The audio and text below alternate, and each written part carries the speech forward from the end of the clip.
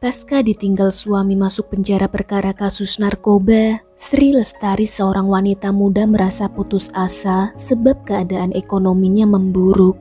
Ibu muda yang akrab disebut Tari ini harus merawat seorang bayi laki-laki berusia 8 bulan dalam keadaan hamil pula. Seakan lelah menjalani hidup yang harus mengandalkan diri sendiri, mendorong Tari bertindak nekat. Muhammad Zikli, putra pertamanya yang baru berusia 8 bulan itu, dijadikan sebagai jaminan pinjaman di panti asuhan Yayasan Tunas Bangsa yang berlokasi di Tenayan Raya, Pekanbaru, Riau. Tari mengajukan pinjaman sebesar 5 juta rupiah atau setara dengan $357 kepada ketua panti asuhan tersebut.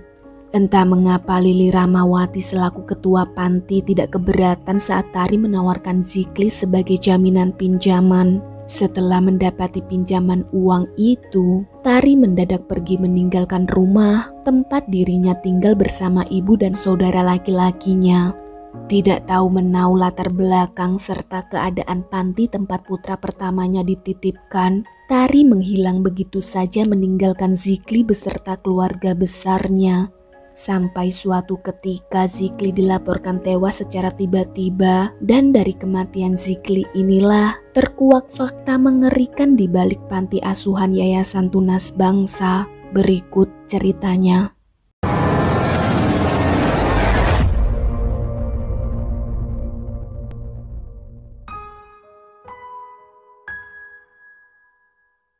Sepuluh bulan berlalu usai dititipkan di panti asuhan Yayasan Tunas Bangsa, pada tanggal 15 Januari tahun 2017, pengurus panti membawa Zikli ke Rumah Sakit Bayangkara, Pekanbaru.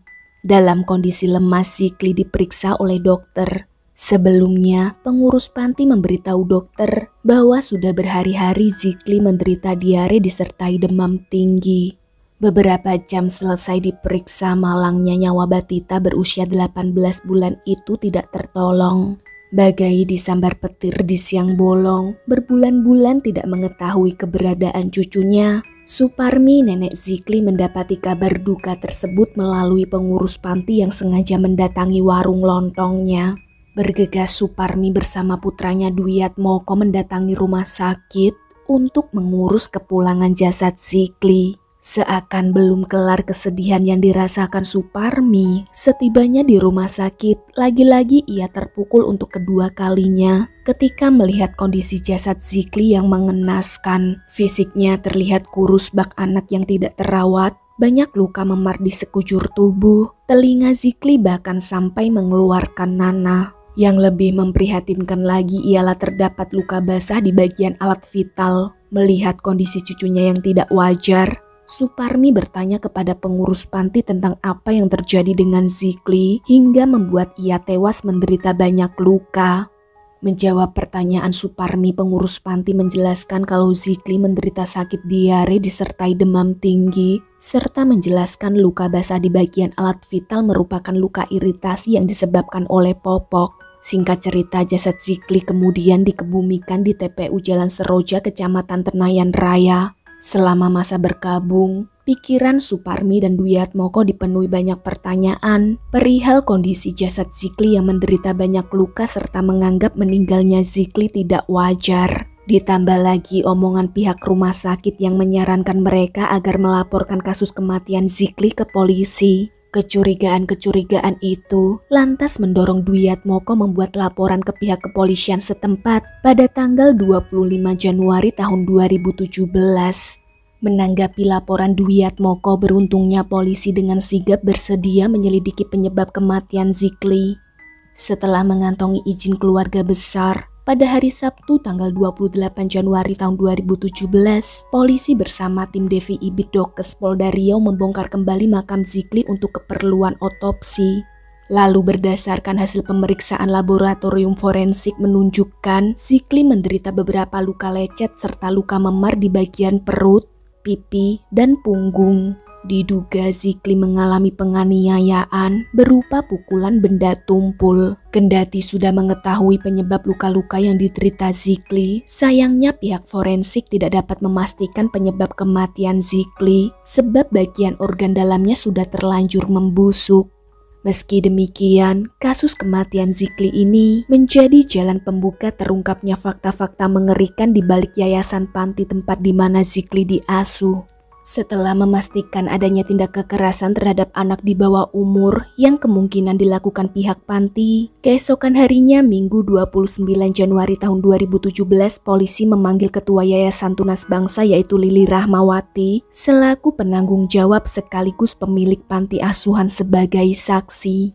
Tujuan polisi memanggil Lili ialah untuk meminta keterangan. Tetapi kala itu, Lili tidak memenuhi panggilan pertama dari pihak kepolisian. Alhasil masih di hari yang sama polisi mendatangi panti asuhan Tunas Bangsa yang berlokasi di Kecamatan Tenayan Raya, Kota Pekanbaru. Meski di sana mereka tidak menemukan keberadaan Lili, polisi meminta keterangan dari 9 orang saksi. Di antaranya ialah pihak pengelola yayasan, ketua RT, ketua RW, dan warga sekitar lokasi. Dari keterangan para saksi inilah muncul berbagai informasi penting. Ada yang menduga anak-anak panti dijadikan sebagai subjek mencari uang, disuruh mengemis hingga diperdagangkan. Ada lagi mencuat gosip lama terkait kematian 5 anak penghuni panti yang meninggal secara misterius.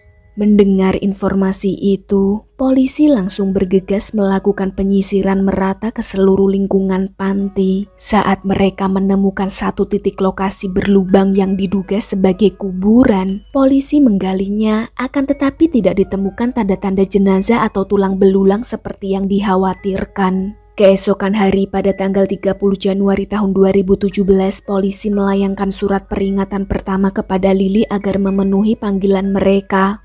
Sore harinya, barulah Lili didampingi seorang pengacara memenuhi panggilan polisi. Di kantor polisi, Lili diberi banyak pertanyaan sehubungan dengan kronologi kematian Zikli. Selesai diperiksa, Lili diperbolehkan pulang sebab belum ditemukan bukti akurat yang membuktikan Lili terlibat atas kematian Zikli. Sementara polisi masih terus berupaya menyidik laporan serta informasi yang mereka kantongi. Semalaman dari semenjak Lili diperbolehkan pulang, polisi terus bekerja memeriksa secara intensif. Mereka memeriksa ulang bukti-bukti yang terkumpul berupa laporan visum, keterangan dari para saksi, dan beberapa fakta yang mereka temukan di lapangan. Nah, berdasarkan keterkaitan bukti-bukti tersebut, polisi menetapkan Lili sebagai tersangka atas kasus kematian Zikli. Selasa dini hari pada tanggal 31 Januari tahun 2017, Lili Rahmawati dijemput paksa oleh polisi. Bersamaan dengan itu, mereka juga menghentikan seluruh kegiatan panti. Unit Perlindungan Anak Polres Pekanbaru bersama Dinas Sosial Riau dan Lembaga Perlindungan Anak Riau bahkan ikut serta turun tangan mengevakuasi semua penghuni panti.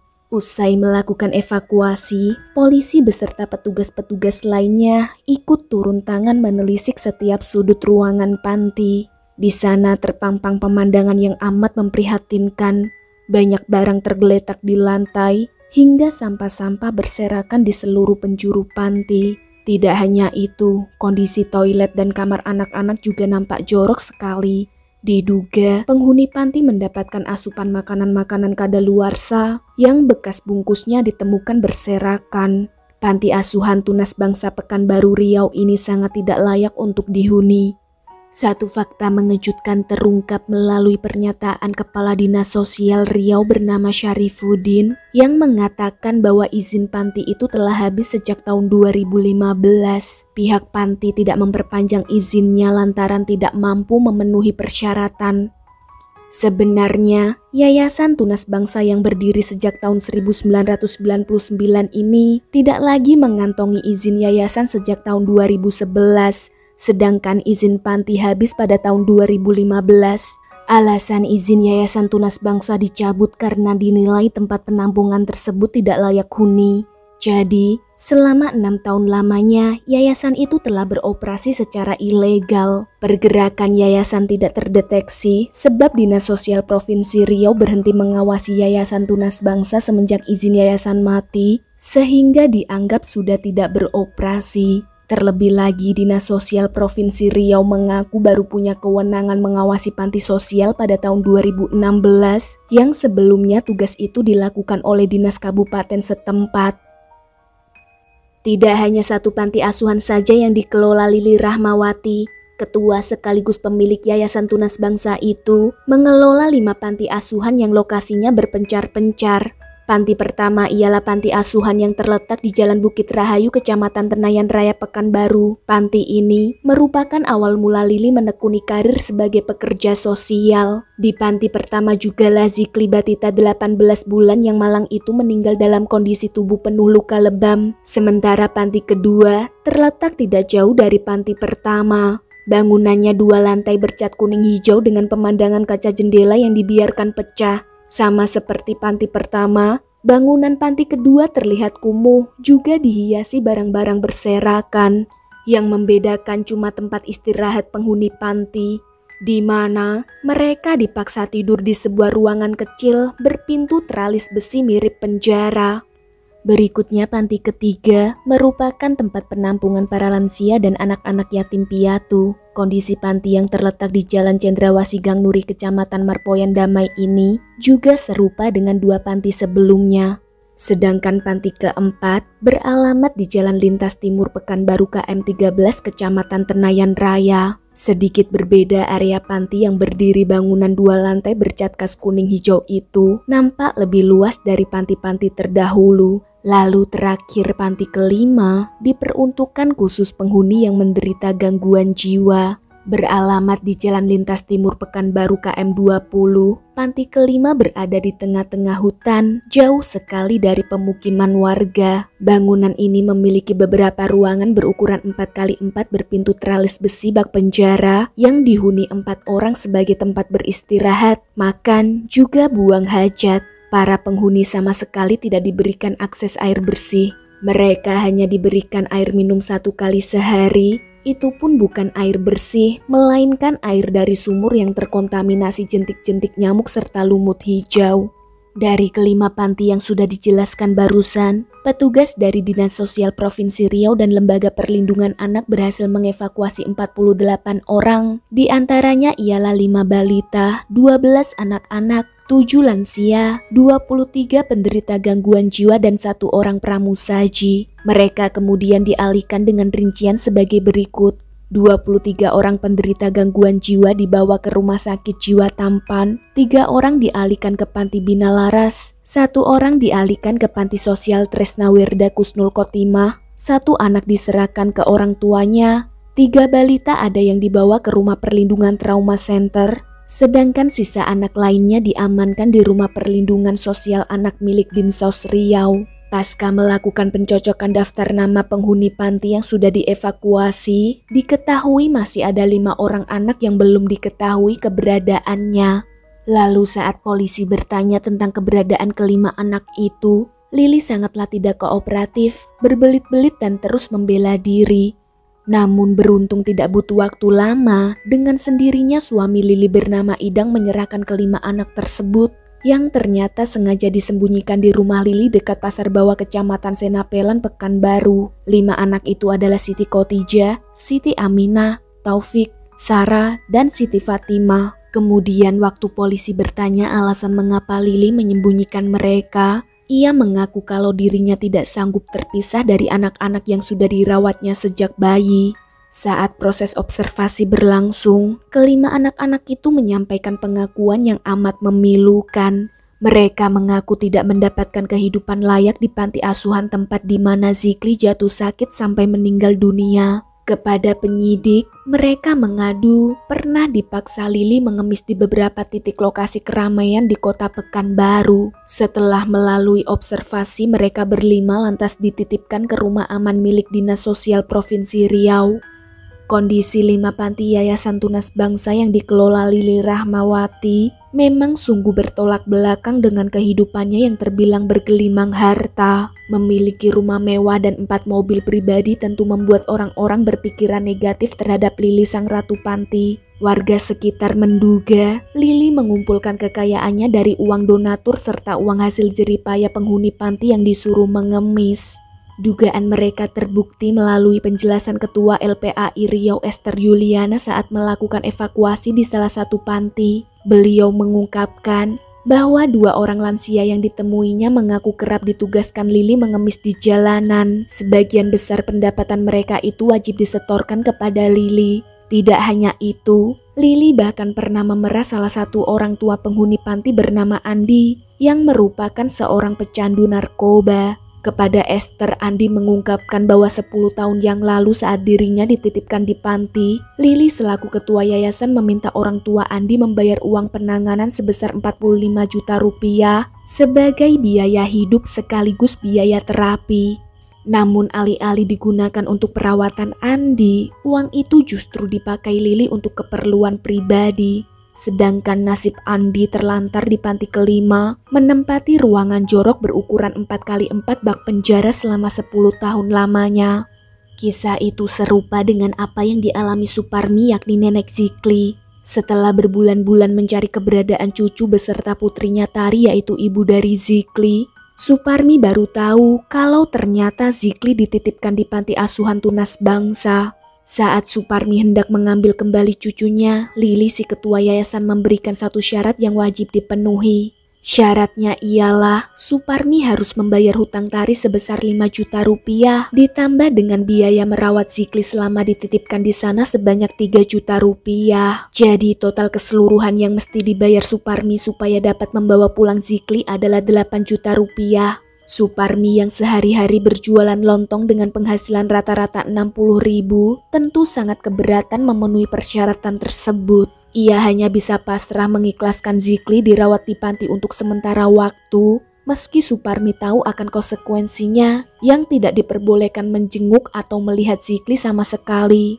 Terakhir ia melihat Zikli ya saat di rumah sakit ketika cucunya dikabarkan telah wafat. Karena berita inilah muncul sebuah rumor yang menyebutkan kalau panti asuhan Yayasan Tunas Bangsa merupakan tempat jual beli anak berkedok rumah penampungan. Ada isu mengatakan Lili pernah menampung sekaligus merawat beberapa wanita hamil guna mendapatkan bayi yang akan diperjualbelikan. Tidak hanya itu, kebusukan Lili si ketua panti, ia bahkan sering menggelapkan uang sumbangan yang didapatkan dari para donatur. Menurut pengakuan mantan pengurus panti, setiap ada acara santunan anak yatim, Lili biasanya meminjam anak-anak tetangga supaya mendapat amplop sumbangan makin banyak. Semua uang dalam amplop tersebut kemudian dikumpulkan, lalu disetorkan ke Lili tanpa sepengetahuan para donatur. Lantas sebagai imbalan setiap anak hanya diberi uang sebesar 5.000 rupiah. Ternyata belum selesai sampai situ perbuatan buruk Lili. Saat panti mendapatkan sumbangan berupa sembako, bukannya dipergunakan untuk kebutuhan hidup anak-anak panti, malah dijual ke toko-toko grosir demi mendapatkan uang guna memperkaya diri sendiri. Lain cerita ketika mendapat sumbangan berupa buku, baju-baju bekas atau mainan. Lagi-lagi, sumbangan itu tidak didistribusikan ke penghuni panti, melainkan hanya ditumpuk begitu saja hingga lama-kelamaan terbengkalai menjelma menjadi tumpukan sampah. Tidak cukup menggelapkan uang donasi, Lili juga kerap kali melakukan kekerasan fisik maupun verbal kepada seluruh penghuni panti, bahkan terkadang para pengurus pun turut kena.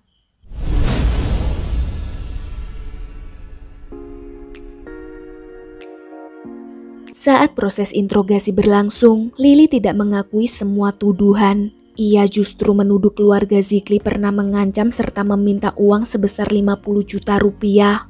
Sementara menanggapi kematian Zikli, Lili kekeh mengatakan kalau Zikli tewas akibat diare dan demam tinggi, bukan sebab penyiksaan seperti yang dituduhkan kepadanya. Kendati demikian, temuan bukti memberatkan Lili sebagai tersangka atas kasus kematian Zikli. Dalam putusan yang dibacakan Majelis Hakim Pengadilan Negeri Pekanbaru pada tanggal 13 Juli tahun 2017, Lili Rahmawati divonis hukuman 4 tahun 3 bulan penjara atas dakwaan penelantaran yang mengakibatkan Zikli bayi berusia 1 tahun 8 bulan meninggal dunia. Selain hukuman penjara, Lili juga diwajibkan membayar denda 100 juta rupiah atau diganti kurungan penjara selama 3 bulan. Sedangkan nasib Idang suami Lili selamat dari jeratan pidana penganiayaan dan penelantaran anak yang dilakukan istrinya. Dalam pengakuannya, Idang mengatakan berulang kali telah melarang istrinya berbuat jahat. Namun karena watak Lili keras dan susah dibilangin, Idang pun hanya bisa diam. Nah guys, demikianlah kasus kita hari ini. Apabila ingin menambahkan informasi atau mungkin memberi pendapat kalian terkait kasus barusan, tuliskan saja di kolom komentar ya. Well, sekian dulu. Sampai jumpa di pembahasan kasus berikutnya. Stay healthy and see you.